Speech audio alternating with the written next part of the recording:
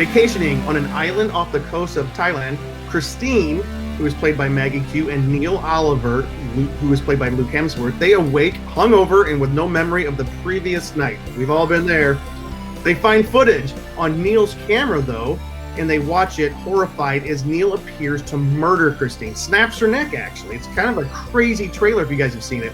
With 24 hours until the next ferry out and a giant typhoon threatening the island, Christine and Neil attempt to reconstruct the night's events, and they are snared up in a web of mystery, black magic, and murder. This is the setting for brand new horror film Death of Me, which is now available in theaters. Make sure you check your local listings, on demand and digital. It's coming out this week. Today, we are recording this on October the 2nd, so it comes out October 2nd, so make sure you guys check it out. The film does star Maggie Q and Luke Hemsworth, and it is directed by modern horror icon Darren Lynn Bousman, who is our guest today. You will recognize that name because he is the renowned director of Saws 1, 2, and 4.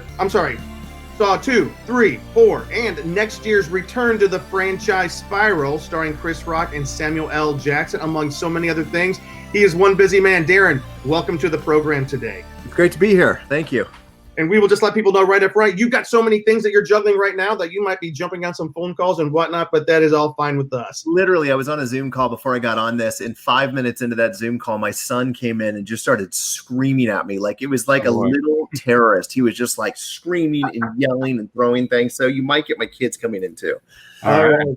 Well, everybody, welcome to Don't Fear the Podcast. This is the most fun you're going to have being scared, especially as we head into the Halloween season. My name is Jim Fry. And also my co-host today, Cheeseman on the couch. Hi, Cheese. Hey, Cheeseman here with ScareGuy.com. Excited to talk to Darren about horror and his films. This is awesome. Honor to meet you. Nice to meet you guys. This is a big honor. And for those of you watching, we do promise that we are going to be touching a little bit on some of those smaller films in his past that have to do with Saw. But anyways, we're going to try our best to get Darren to talk about we'll try to pry some information out of him. I have a feeling I already know all the answers to any question I'm going to ask him about Spiral. So don't expect a lot, but we're going to try.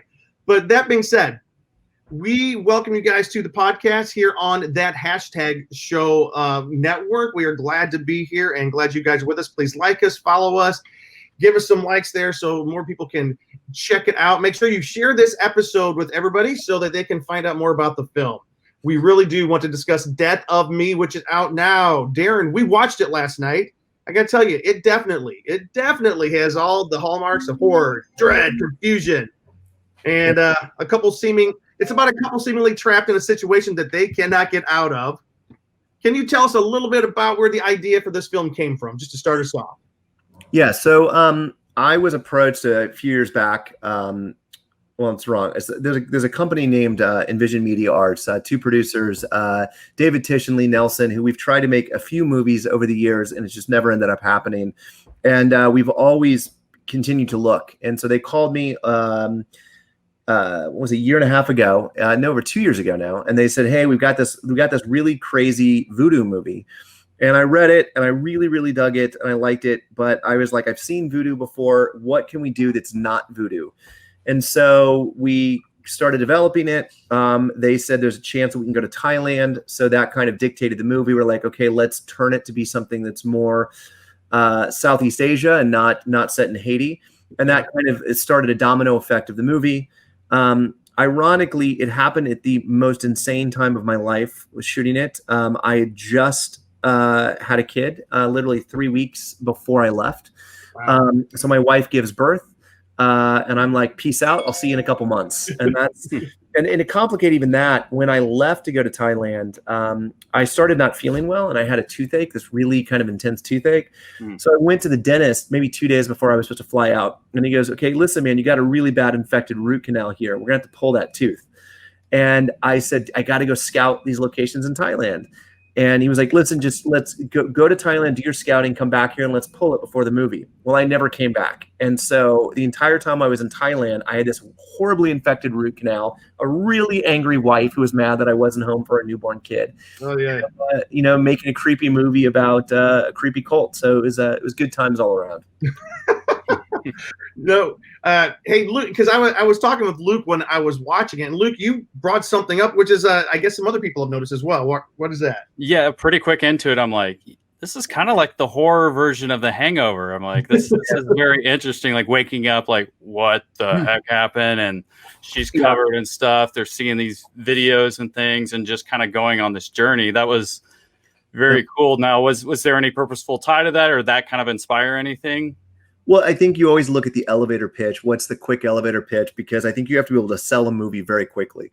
And so that's the way you sell this movie very quickly, is it's a horror version of Hangover. And that is sort of what it is. This couple wakes up with no recollection of the night before, and they're trying to piece together throughout the movie what happened to them in the 24 hours leading up to the beginning of the movie. So yeah, I mean, that's definitely how I pitched it. That's how I talk to people about it. Like when I met Maggie or I met Luke, and I would say it's a horror-esque version of Hangover. It's always like I was saying, it's the homage to Wicker Man or a horror version of Hangover. Yeah, Wicker Man. Yeah, you guys even mentioned it. Even came up in the movie, which is kind of cool. So I was going to ask you, what is an homage, or was there inspiration taken from Wicker Man at all? Well, I mean, if I could steal more directly from Wicker Man, I probably would. It's one of my favorite movies. I mean, it's one of those movies. I'll tell you why I love Wicker Man and it's why I think I love folklore horror, is that the Islanders are not villains. In the same way in Wicker Man, they're not really villainous. This is what they're doing based on their belief and their faith. And if faith and belief is easy to judge and throw stones out, and if it's not your faith that you believe in. So I can look at a competing faith of my own and say they're crazy, they're insane. But you look at what I believe in, and I believe that if my parents get sick or if my family is in turmoil, I can pray to a man in the clouds and he can grant this wish. All faith is kind of insane when you break it down to what you're actually believing in. And so I just love movies that explore faith and do that. And so in the case of something like Wicker Man or this, the Islanders are not villainous. It's what they believe in, and they will do anything that they can to further their village and their elders and their children. And so I always think those are dynamic type of scenarios. Yeah, some of the creepiest stuff, like, and again, I don't want to give away any of it, because like if you give away too much, I don't want people to not see the movie, because it's, for one thing, it is an absolutely stunningly beautiful film. Yeah, you got to admit though, a little bit of filming in Thailand, that's a big incentive. Like that was probably one of the most beautiful horror movie settings I think I have ever seen. Yeah, we had an amazing DP who, I was a big fan of his work, and he did a movie that it was on Netflix called, I believe it was What Happened to Monday, with Naomi Rapace, which I loved. But he came in, and it was one of the first times of working with a new DP. And that's always really hard for me. I'm very much always work with the same crew. And so this to me was kind of a new experience for me, working with a brand new DP. And he brought a whole other level into this that it's outside of my comfort zone. And I loved that. And he, one of the big things on a movie in America is you spend months in prep, and you scout locations, and you go to these locations and you pre-plan stuff. There was none of that with this movie. This movie was very, very, very run and gun, very guerrilla style. So Jose, the DP, came in, I want to say, I don't know, like 6 days before we started filming. And so some of these locations were very far apart, hours and hours from one another. So I think that it was he would walk into some places for the very first time and see it for the very first time and say, here's how we're going to shoot this. We're going to do this, this, and this, which I wasn't used to working with. And I think that he captured the island fantastically. It looks beautiful. And if you would just see how quickly that he was able to do it without the traditional lighting sources that I'm used to working with lights and bounce boards and all of this other, he wasn't using that. He was using a lot of natural lighting. But more importantly, I mean, outside of Jose's insane cinematography, Thailand is beautiful. And I think that, no matter where you point the camera, there's something interesting to look at. Mm-hmm. Yeah. Speaking of the setting, can you talk to us about Thailand as a character in the film? Because I feel like it was such a big part, the setting, that it is like a character in the film. Yeah. So Thailand, first off, you're in a beautiful place. But what's crazy about Thailand is you can't look at. We shot it in two different places. We shot in Krabi, which is about an hour and a half flight out of Bangkok, and we shot in Bangkok. and they could not be any more unique or different. So Krabi is one of the most beautiful places I've been, and that's where the Airbnb was. That's where you see all the beach shots. And then we shot everything else in Bangkok. Like that right there was Krabi, where you can see the water. Every place else was Bangkok. Bangkok was crazy because every single inch was bustling with activity. From people selling things on the street to elders outside, making these amazing dinners with smoke going everywhere, the colors, and it was just constantly dense with textures. So one thing that we tried to do is, instead of casting actors, cast the locals. So we would go around in the days prior and we would just find people that looked interesting, and we'd say, we're shooting a movie. Do you want to be in this? And, I would say 25 to maybe 40% of the actors in the movie are just villagers that we found and thought we just had a great look to them. So that was something that I've never had the experience of doing. You could never do that in America or Canada. Yeah. And, we're talking about how beautiful it is and like the cinematography and everything, and it is pretty stunning. But the thing that's kind of also interesting is, like, most of this movie, unless I'm remembering it differently, it occurred in bright day. It was in the day. Yeah. And it wasn't a movie that you hit a lot in the darkness and stuff. We're used to horror movies at nighttime. Can you talk about that? And that's a hard thing to scare us in broad daylight on the end of a dock, looking out. That scene. I'm not going to just ruin the scene, but that's a terrifying, grisly, horrifying scene on the end of that dock. Thank you. So one, we wanted to. It's always hard because I think that when you hear Darren Bousman or my name, it goes with the Saw movies, which is awesome, and I'm so excited about my time with the Saw movies. But I always want to play in different genres and do different things. And I think the approach on this one is to make a more slow burn, intense, visually stark from everything I've done before type of film, where I wanted it to be pretty. I wanted it to look beautiful. I didn't want to really, really focus on the tremendous amounts of gore, which I have in the past. And some of my favorite moments in the film are just the creepy smiles from the villagers. There are moments where the villagers walk by and they just hug her or they bow to her. Those to me are infinitely more unsettling than some of the other more vicious scenes in it. Now, that said, the dock scene is probably my favorite scene in the movie. I think it's fantastic in that. But I just think there's something creepy about daylight. And I think that when, in my travels, and I've been able to travel the world, which I've been very lucky, there has been a few moments that I'm like, I'm fucked. Like there was a moment when I was in Tokyo and by the way, Tokyo is an extremely safe city. But my phone died and I didn't know where I was staying. And I'd been there for like 4 days. I forgot the name of the hotel. And I'm in a cab, and the cab driver's trying to get me to show him where to go, and I didn't know what to say. I couldn't get my phone on.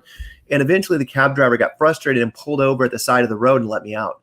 And I remember it's still today one of my favorite memories because I felt alive for the first time in a long time because I realized I couldn't rely on this technology. Like I had to walk and I had to just try to figure my own way back, which was it was an awesome experience, but it also reminds you how quickly you can fall between the cracks.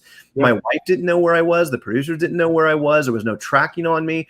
And here I am in a strange city and no one had any fucking idea.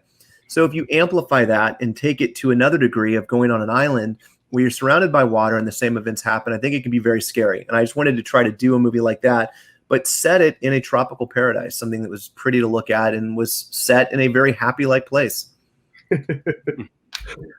Speaking of being lost in a foreign land like that, when I was moving out here, I was driving across the country, lost my wallet and my phone in West Texas. You talk about being scared.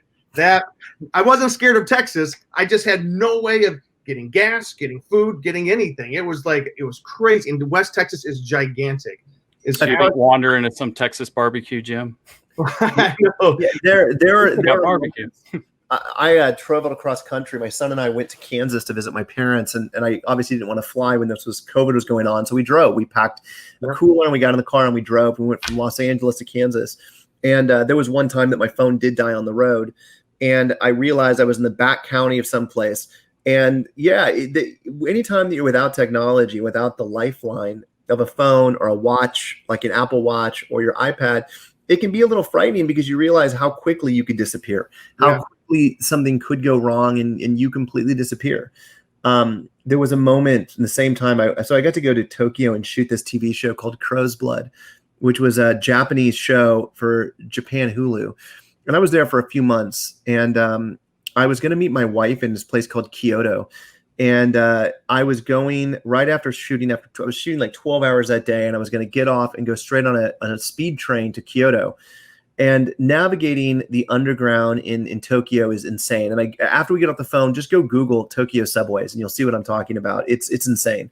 So 12 hours, I can barely keep my eyes open. It was like a 1.5 hour, 2 hour train ride. I finally navigate the train system. I get on the speed train. I sit down, and 10 minutes later, I'm asleep. I'm passed out. I get woken up. What I'm guessing is a few minutes later, but it was a few hours later, and the guy is standing over me, and he's kind of poking at me, get up. And I get up, and I look around, and I'm the only one left on the train. And I realized at that moment, as he's yelling at me, that I went 2 hours in the wrong direction, and the trains were done for the night. And again, you can navigate Tokyo completely fine as an American. You can make do, but 2 hours outside of Tokyo, it's a lot harder. And it's another one of those instances that I realized no one knows where the fuck I am right now. So those moments always are they just stick with me. I don't know. The thing is, and I know Luke's got a question, but I just wanted to comment on that. Some of this, it was so effective. So some of the scariest parts of this movie is you're on this island, a typhoon hurricane is moving in. It might very well wipe out a lot of the island, and they're about to leave on the safety of their boat, and then no IDs, no anything. They're stuck. They can't go anywhere. And that was one of the most effective, scary moments for me, was realizing we're trapped on this island and we have no way to get off. And I loved that aspect of this film. That was really, really effective to me. So can I go to an R-rated story here? And maybe this is a way too much story, but I've done a million interviews. I don't care at this point. So I'm just going to say it. But some of the things that also can become frightening as a tourist or someone visiting an island is not being up to not knowing their customs and what would be considered offensive or what considered illegal. Yeah. And that's also a scary thing, because you realize how fragile things can be. So in Thailand, I made a joke one day on set. And so you have to use your passport a lot in Thailand, a lot. So not only when you check into a hotel, but for example, if you want to go to an internet cafe and you want to use internet, you have to use your passport number to sign on. So I really didn't think anything about it outside of the fact that I was told to always carry my passport with me at all times. And it became a thing that I was terrified I was going to lose my passport. I was terrified. But I'm literally using my passport 3, 4, 5 times a day on things. So I made a joke at Video Village, which I like to have sets be fun, and I like them just to be kind of lighthearted. So someone asked me what my favorite website was. They were I think they were just trying to make chit chat with me or something. And they said, "Hey, what's your favorite website?" And I said, "Are we counting YouPorn and Pornhub as one of those?" And everyone in the crew stopped, and they got really serious. And I found out that porn is illegal in Thailand, or visiting porn sites are illegal. Wow. And here's the funny thing is, I said, no, they're not. I've been on them since I've been here. And everyone in the crew was like being like, stop. And they're like trying to tell me to be quiet. And what I forgot was we have a government agent that follows us everywhere on Thailand. And they basically sit at Video Village to make sure you're not breaking any of their rules. So I'm joking about my time on Pornhub in Thailand, not to then realize it was illegal and punishable by jail. And then I was like, well, how are they going to know? But then I realized I've been putting my passport number in every single time I use the internet. Now, again, then I started to freak out. I was like, oh shit, I'm going to end up in a Thailand jail and no one's going to fucking know. So again, it goes back to this, how quickly we can fall behind the cracks of shit. So visiting Pornhub in Thailand can get you arrested and put in jail. Wow. We're so going to spotlight that part of this art. Yeah, that should actually be the headlines. Bousman almost went to jail for looking at Pornhub in Thailand. If it's out there, you know who did it. Look at it.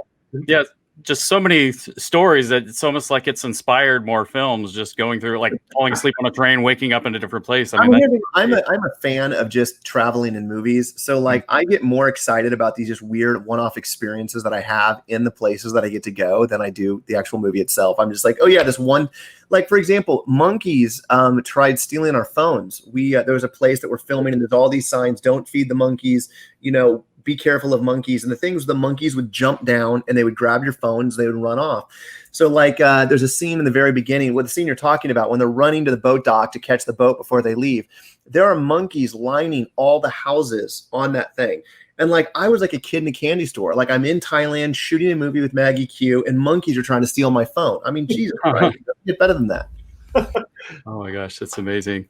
Can you tell us a little bit about the casting process? I mean, you got a Hemsworth. Can you tell us about that and the other actors that you casted in this and why you she was amazing in this. Yeah.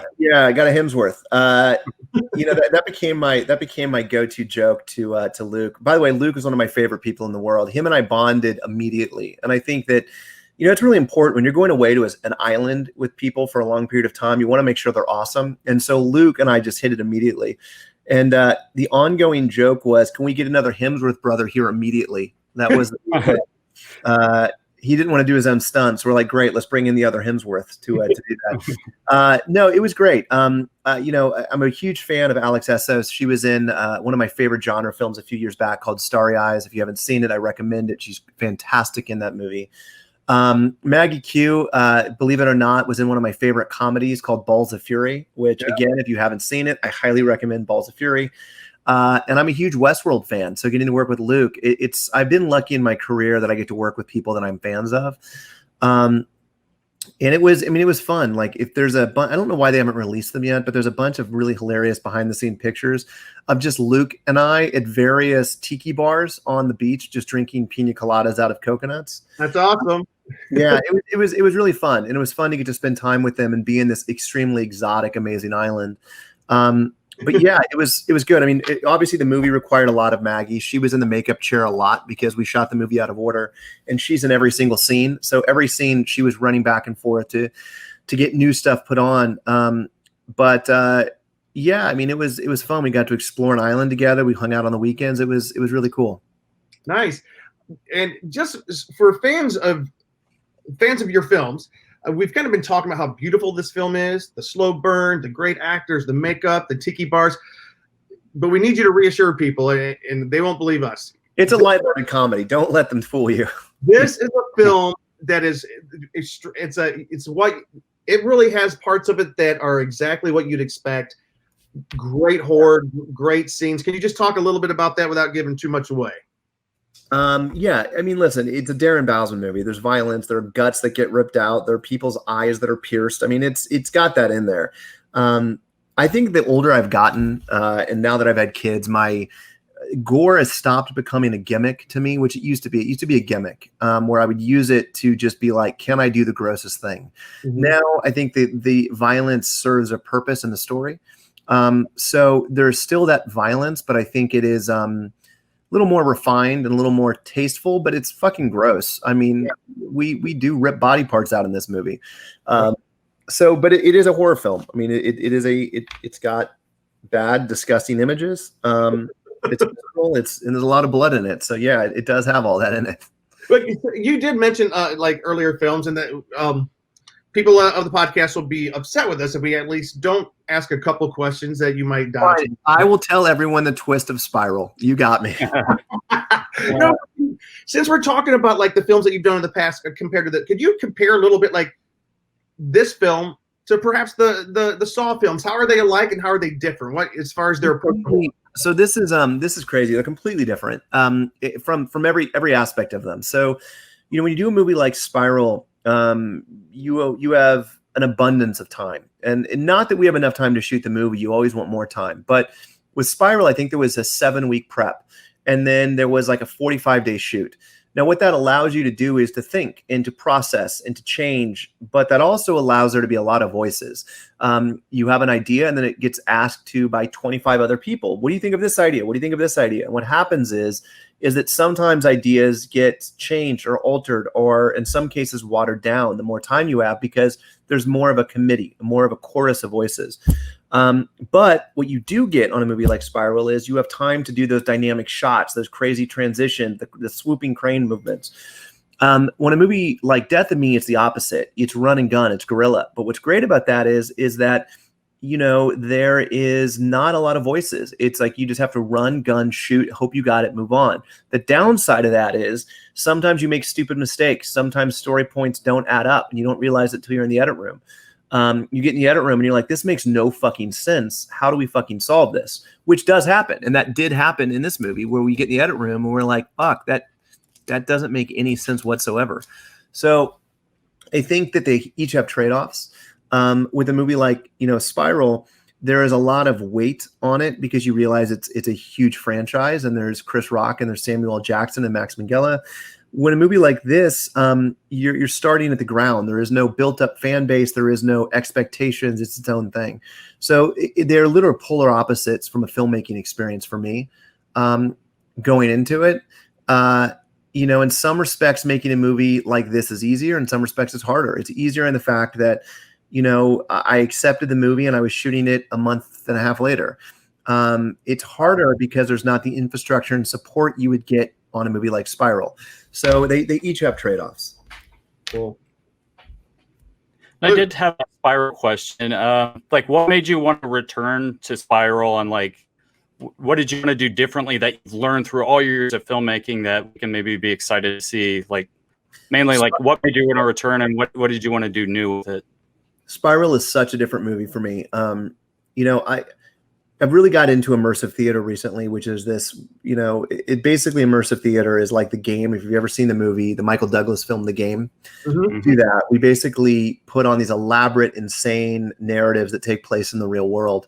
So I was doing that for years. And I wanted to come back and I got offered to come back to the Saw franchise and do it correctly, do it right. And what I mean by that is when you do a movie like Death of Me, you go into it wanting more days. I think on Death of Me, we had 20 days to film it. We had maybe 2 weeks to prep it. And so that's hard. That's hard because you have to sacrifice a lot of what you want. You have to sacrifice a lot of ideas that you had to be able to make the thing work in the schedule you have. On something like Spiral, when they called me, they said it was kind of a 1, 2, 3 hit for me that made me say yes. We have 6 weeks of prep. We have 45 days of shooting. And we have Chris Rock and Sam Jackson. And I was just, how can you say no to that? I mean, there is no way to say no to those 3 things because you're kind of assured when you have that much time that you can do it correctly, that you can light it correctly, you can rehearse it, you can get the dynamic shots for it. So I think that was exciting for me because it's been a long time since I've had that as a filmmaker. I mean, you can't see my office because this is locked in. Now I can't even move this, but I was going to show you my posters. If you go back through, when I made Saw 2, I think we did it in 24 days. And then Saw 3 was 30 days. And then Saw 4 was 35 days. Then Repo was 2 months of filming. And then it was I went to do a movie and I did it in 18 days. And then 17 days. And then 19 days. And it became progressively less and less time to make movies. And it became harder and harder to the point that I was just fuck, I need a break. I can't do this. So being invited back to Spiral, where I knew I had the resources and tools to do it correctly, was something that was very, very, very exciting to me. And I take it you're very excited about it, and we should all be very excited to see it, which I am. It's awesome. And Chris Rock and Samuel Jackson, Max Minghella, Maricel, everyone in it is just fantastic. I could not be happier. I have to ask, though. I mean, you've worked with quite a few actors, big actors, lovable actors, but Chris Rock, Samuel L. Jackson, please give us a taste. What was it like working with those guys? There's a picture of me that you can find online where I'm sitting in between those 2 guys, and I have the dumbest look of bewilderment and excitement on my face, and I think that's what it is. Every day I was like, how the fuck am I sitting here? And I'm sorry for all my swearing. But G-rated podcast, we forgot to tell you. Oh, G-rated. Just kidding. So anyway, it was exciting because every day I was like, how am I here? Why am I here? And then I was just smiling because as a kid growing up, so a couple of things. One of the first movies that really had an impact on me, I'm not saying it's the first movie that I loved, but I'm saying the first movie that had an impact that I was like, I want nothing outside of being a director, was Pulp Fiction. I remember in high school sneaking out, 4, 5, 6, 7 times in a week to go see that movie. So you're getting to stand there with him. And then Chris Rock has got to be one of my all-time absolute favorite comedians.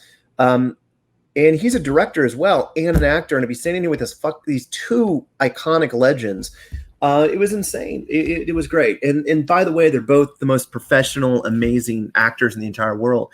So to be working with them and to have them actually listen to what I was saying was crazy. Yeah. Have you seen Chris Rock at all in Fargo yet? I watched it last night. Yeah, it's great. The guy's amazing. Like I love Chris Rock, and Samuel L. Jackson. I had the honor to interview him one time, and his persona is big, but what a quiet, gentle person sometimes when you just get a chance to speak with him. He's also a scary guy. He's a scary guy as a director because you realize this guy's been in I think there was a study, a thing done recently about who one of the most profitable actors of all time is, and it's Samuel L. Jackson because he's on every one of the Marvel movies. When you do his box office, he is the biggest box office draw in the world. And he walks in and he's Samuel fucking Jackson, and there was many moments that I was just terrified because I'm standing here with he's bigger than life. He's nice, but he's bigger than fucking life. Oh yeah, but sorry. You did mention how the movies stop. You did mention we're down to our last few questions here. You did mention how the movies are completely different. However, there is something that's very similar about your latest film and the Saw franchises: the puzzles, figuring things out, and it's more of the mystery aspect of trying to figure out and be clever, and you have to be smart. So many movies are just about running, screaming, "Don't go in that dark room." But can you talk a little bit about what is it about your films you like to structure them around these mysteries? It's not even mysteries that I'm structuring them around. It's funny. I just wish you guys could see my office because a lot of stuff would make sense to you. But let's see if I can have any here. I've gotten into magic recently. The last couple of years. It's just card tricks everywhere. It's just decks of cards and magic tricks everywhere you look in my office. And I think that if you go back and look at the Saw movies, they are magic tricks. They are illusions and misdirections about look over here while this is really happening on the other hand. And I think that I've always been fascinated with magic. And can you trick an audience? Can you wrap it into a mystery and something that gives hints if you're looking at the right place? But if you're not looking at the right place, you're going to miss it, which is all what magic is. It's the illusion trying to trick an audience so they'll come back again and try to figure out if they can realize what you're doing. And that is what this is. And that's what I think Death of Me is as well. Go back and watch it again. There's tons of foreshadowing in there that you just missed because you're not looking for it. But if you see a magician 10 times, you're going to start realizing, oh shit, right there, right there, right there. I think the same thing goes with these type of movies. Once you see them and you know what to look for, start looking for the setup and you can see it. Yeah, yeah. Luke?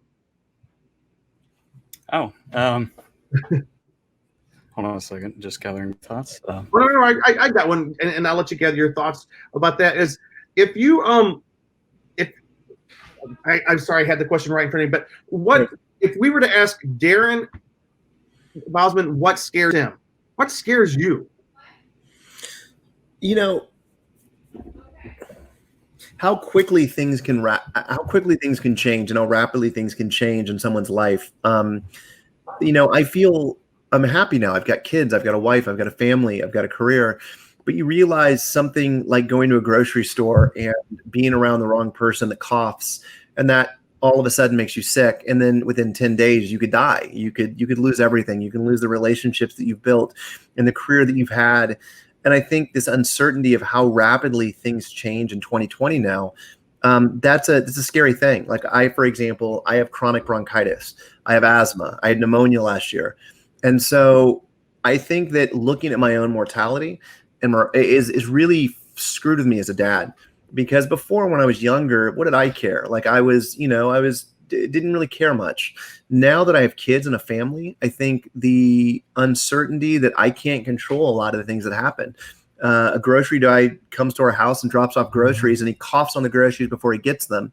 That little action could cause a detrimental and devastating effect that could ripple down generations and family members. I think it's a terrifying thing. So just that, and I think in some respects, this is what Mother's Day was about for me. I made a movie a long time ago called Mother's Day with Rebecca De Mornay, and I made it after I got my first home, after I bought my first house.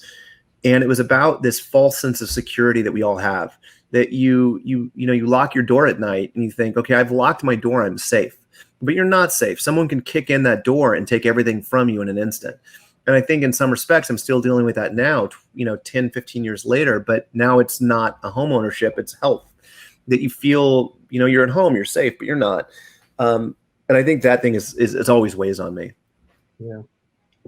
Now, it sounds like you've been keeping pretty busy. Can you tell us about all the things you're getting into and what we can expect as fans of your work?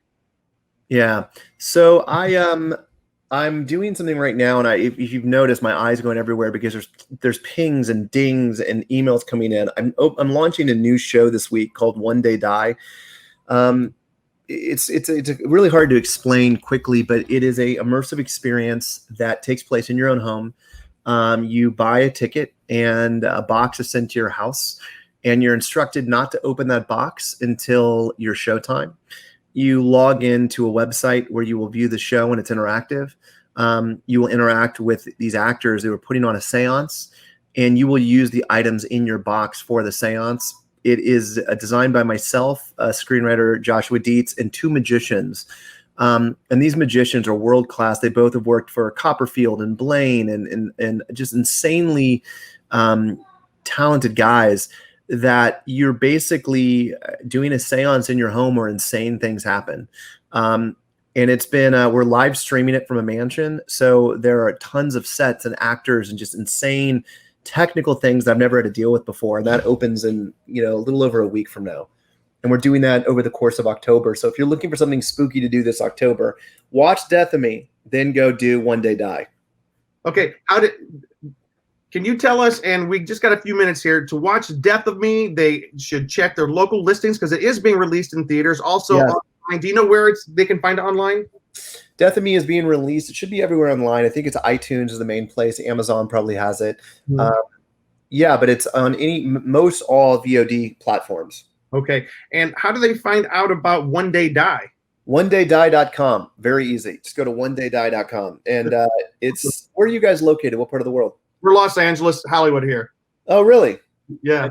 Is that nice? So, yeah, you could do it from anywhere. You can be anywhere in the world and do it. Yeah, it's OneDayDie.com, and I guarantee you've done nothing like it. It's going to be crazy. That's fantastic. Hey, in your best marketing language, there's two movies I want you to kind of like pitch us on. If you could pitch us first, what's your best marketing gusto to tell us why Spiral is worth the wait?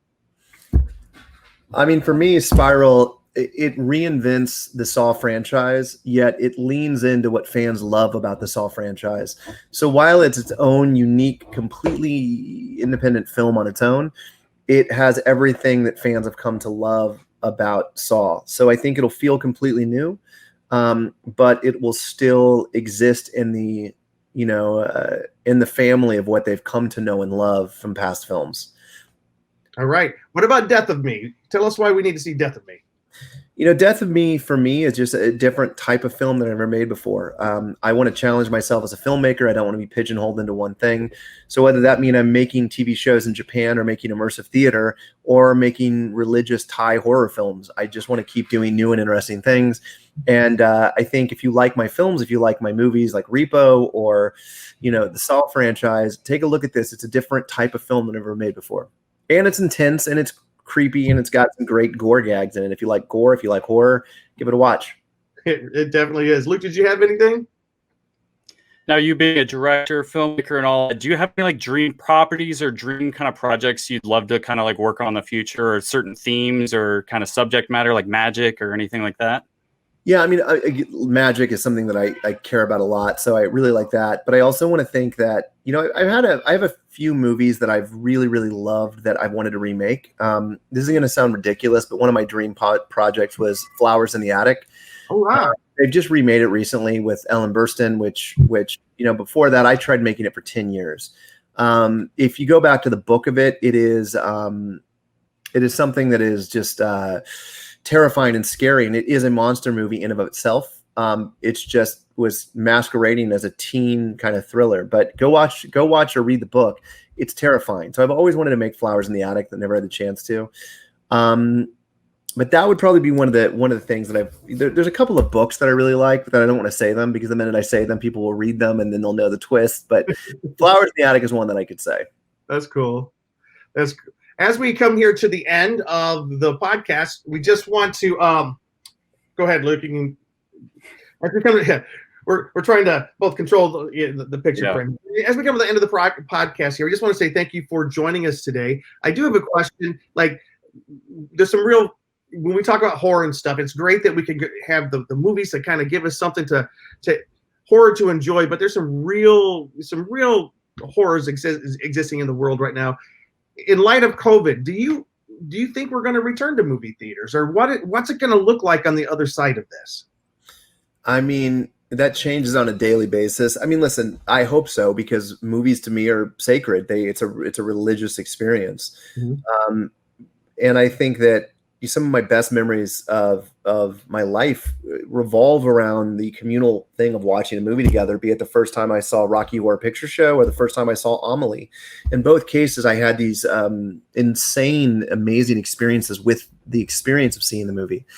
But a lot of it's going to have to be people taking things seriously. I mean, I would like to think COVID is not some political thing that it's been turned into. People need to take it seriously. They need to protect themselves, and we need to get past this so we can return to the movie theaters. But I think that the world has changed, and I think that you will start seeing these changes even after COVID has been figured out and vaccinations given. I mean, the reality is I think we've now proven that you don't have to go to face-to-face meetings. You can do meetings like this. I used to go to podcast studios. You don't have to go to podcast studios. You can do this. So I think there will be differences for sure that are going to ripple on for the rest of time, but I hope movie theaters is not one of those. I agree. Thank you so much. We appreciate you coming on and talking about your film. I encourage everybody to see Death of Me. It is out now in theaters, on demand, wherever you can find movies. Darren, you've been a pleasure to speak with. Thank you so much. As we go out, this is last questions. Do you have any Halloween wishes, happy Halloween wishes you'd like the fans to know? No, I'm just going to tell the fans, go do Death of Me and follow that right up with One Day Die. And then you have 2 Darren Bousman Halloween experiences on the same month. Well, I tell you what, your influence has really been a big one this last decade, and this one coming up on Halloween. So hopefully we'll have a lot more. Happy Halloween, man. Thank you so much. You too, man. Bye, guys. Talk to you later. Bye. Thank you.